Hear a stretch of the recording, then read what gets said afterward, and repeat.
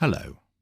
Um, Welcome to my occasional series in which I read a book and I digress from time to time and have a little chat about general things that are going on in the world and going on around me, going on around generally. The sort of comings and goings, the marketplace, the shops, the seashore, the forests and the oceans, and I've chosen a book that I want to do, and I'm sitting here. It's very windy outside. I'm not sitting in my booth. I thought for the purposes of this I'd free myself and sit at my desk, which is nice, and I'm staring at my monitor, which is seems to be recording all right, and it's sort of grinding on. And for those people who like to listen to this, there are at least 5 to my knowledge. I'm going to probably put this recording elsewhere. I'm going to bung it on another YouTube channel, but I'll put the first one on my main YouTube channel simply because I think my YouTube channel, Magpie Audio, Sherlock Holmes Stories Magpie Audio, is more for sort of straight reads, and perhaps this is for not straight reads, if I can co-opt the word straight in this way. So the book I've chosen is called The Lost World.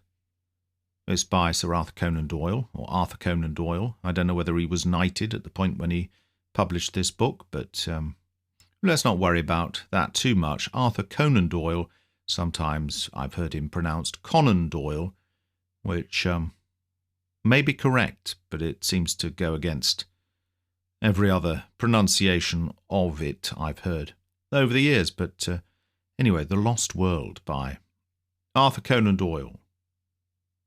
Chapter 1. There are heroisms all round us. Mr. Hungerton, her father, really was the most tactless person upon earth. A fluffy, feathery, untidy cockatoo of a man, perfectly good-natured, but absolutely centred upon his own silly self. If anything could have driven me from Gladys, it would have been the thought of such a father-in-law.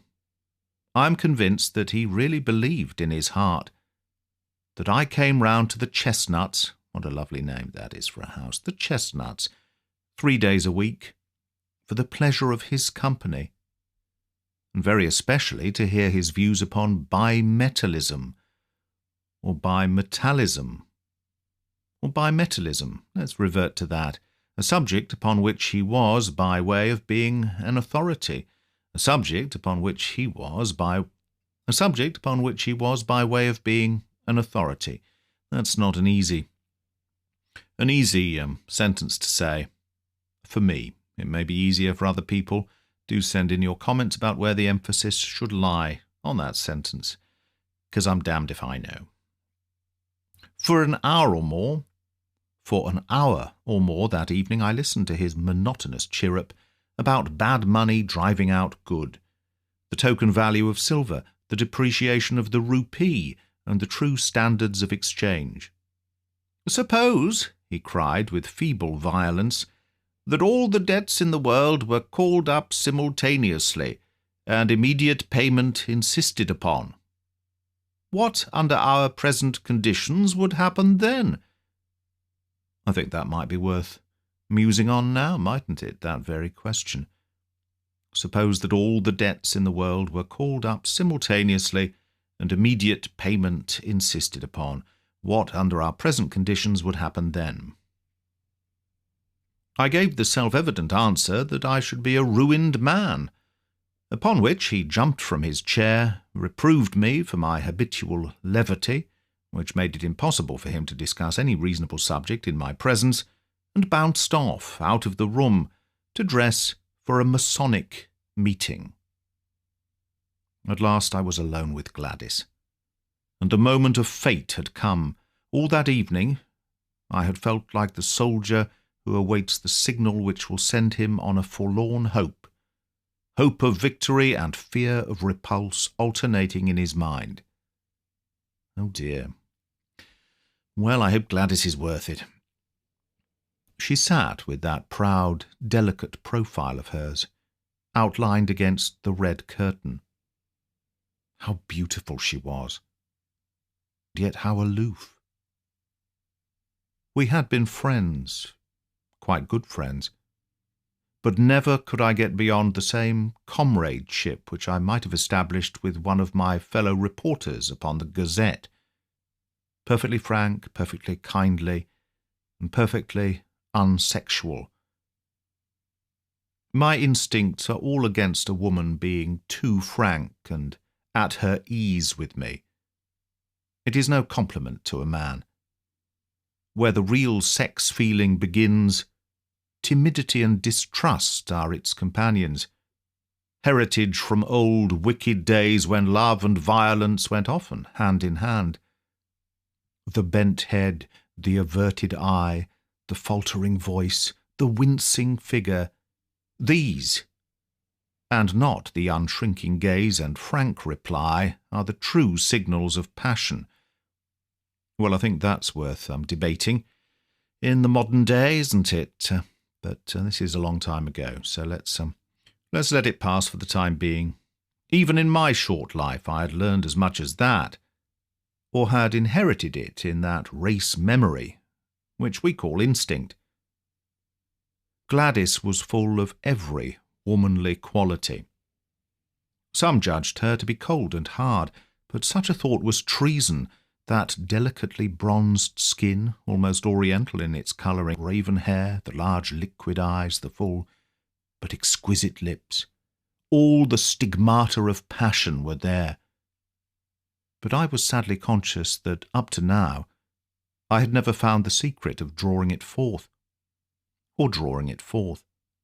However, come what might, I should have done with suspense, and however, come what might, I should have done with suspense, there we go, and bring matters to a head tonight. She could but refuse me, and better be a repulsed lover than an accepted brother. Well, fair enough, I might get that tattooed onto my forearm.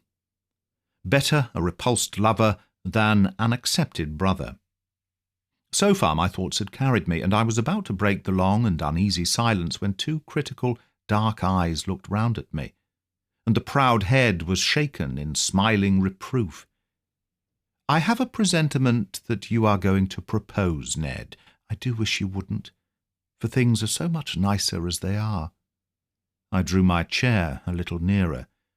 "Now, how did you know that I was going to propose?" I asked in genuine wonder.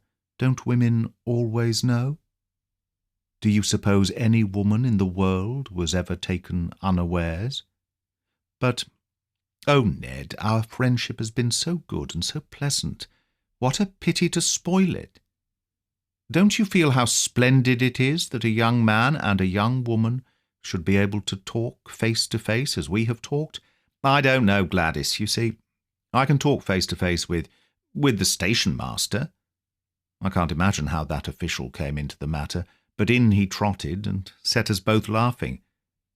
"That does not satisfy me in the least. I want my arms round you, and your head on my breast.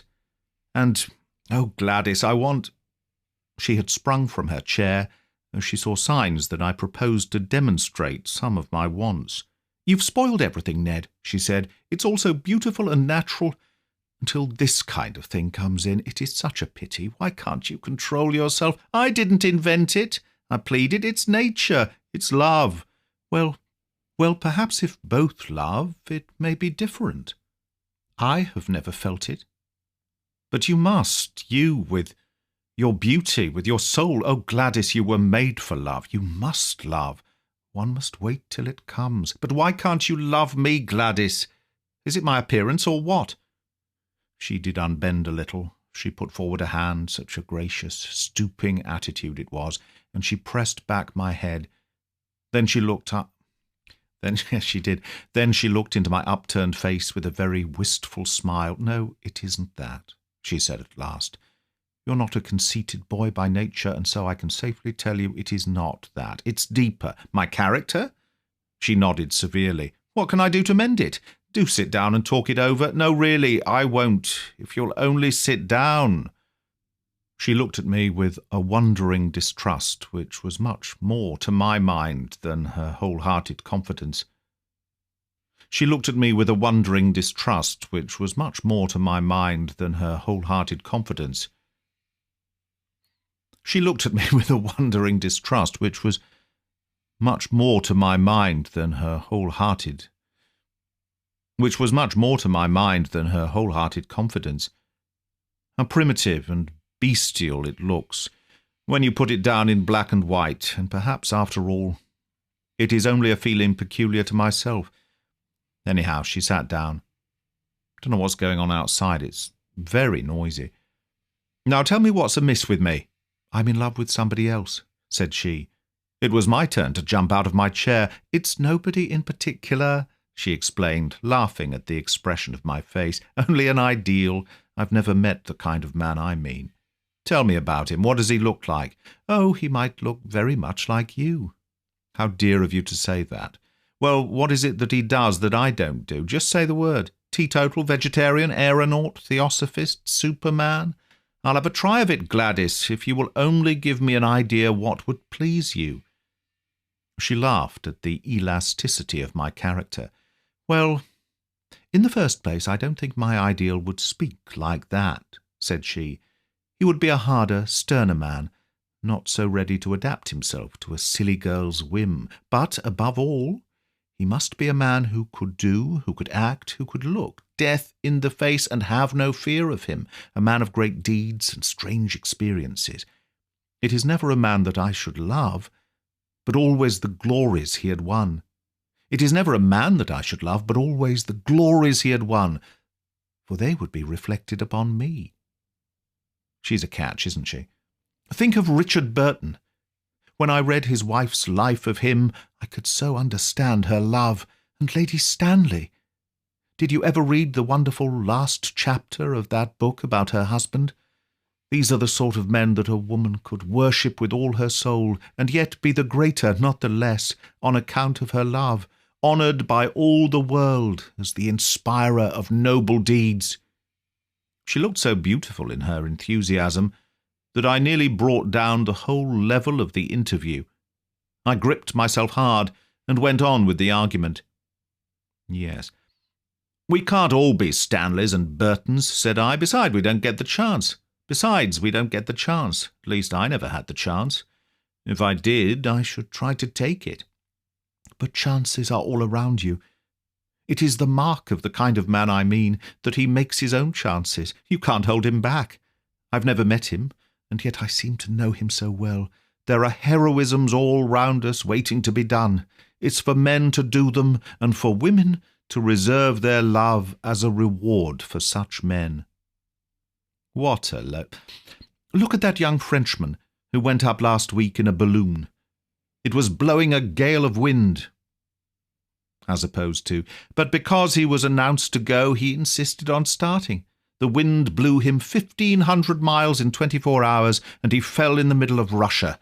That was the kind of man I mean. Think of the woman he loved, and how other women must have envied her. That's what I should like to be, envied for my man.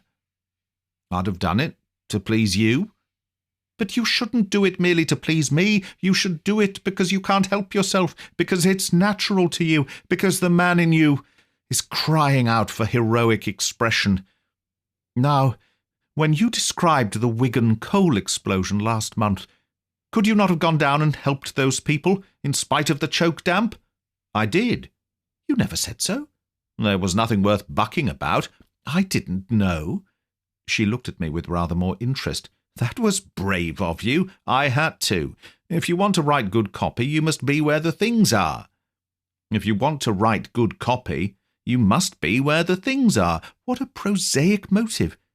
It seems to take all the romance out of it. But still, whatever your motive, I am glad that you went down that mine.